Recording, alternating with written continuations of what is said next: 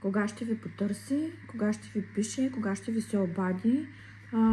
Този разклад е за тези от вас, които от известно време нямат комуникация с вашия любовен интерес, или такива от вас, които имат интерес, но все още нямат комуникация с него. Нека да попитаме картите кога вашия любовен интерес ще ви потърси, като за тази цел този път ще имате право на 3 избора. Направете своя избор. Първи избор ще бъде лилавото сърце, втори избор ще бъде мраморното сърце и трети избор ще бъде, да кажем, цвета е кафявото сърце. Имате право на първи, втори, трети вариант. Намислете си вашия човек, представете си го и може да напишете неговото име в коментари, така по-лесно ще се свържем с него. Ще започнем естествено с първи вариант. Тук съм ви изтеглила по една карта, като с таро картата ще видим кой човек се появява при нас и след това с ремевата карта ще видим от кога ще ви потърси. И така, започваме с вариант номер 1. Кой се появява при нас? При нас се появява крал Пентакли. Това е един мъж, стабилен, мъж, на който може да се разчита, мъж, който знае как да печели пари, възможно е да има собствен бизнес, възможно е да е по-голям с вас, независим, може да е ловец, може да обича да ходи на лов. Тук се вижда дивеч, вижда се хубав, богат дом. Това е един мъж стабилен и много семейен мъж. На него може много да се разчита. Нека да видим сега кога ще ви потърси по вечерно време.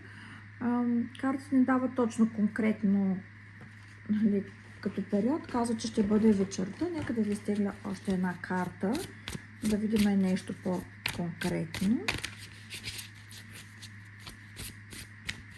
Кога ще ви потърси? През есента. Значи за вариант номер 1, вашия любовен интерес, възможно е да я зодиите Телец, Дева и Козирог, ще ви потърси през есента, вечерно време. Есента е доста далеч, надявам се за вариант номер 1 по-скоро да се случи това нещо.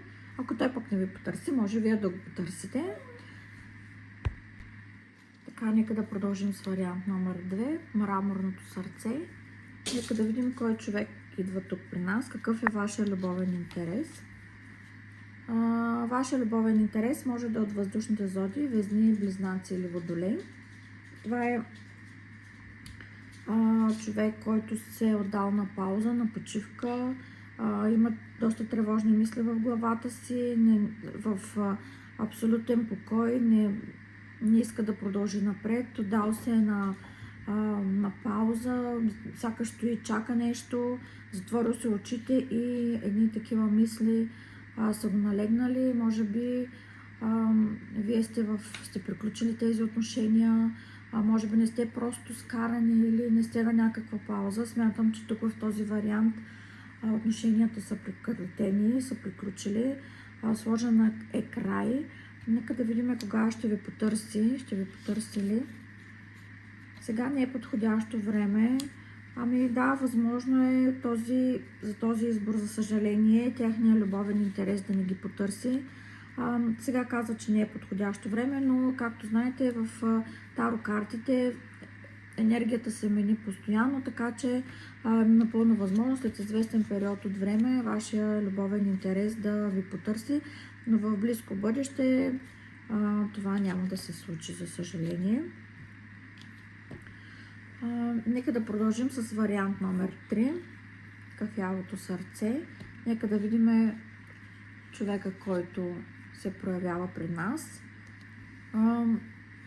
Той, както при вариант 1, може отново да е от земните зодии, но това, казвам, не е задължително. Това е мъж или жена, които в момента са в колебание, в избор.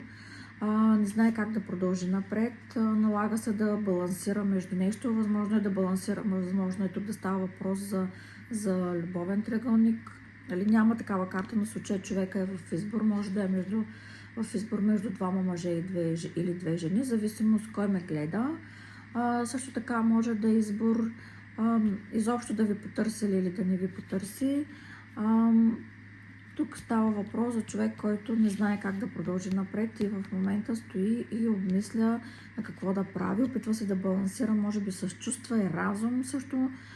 Така, нека да видим кога ще ви потърси. През юни. Юни е близо.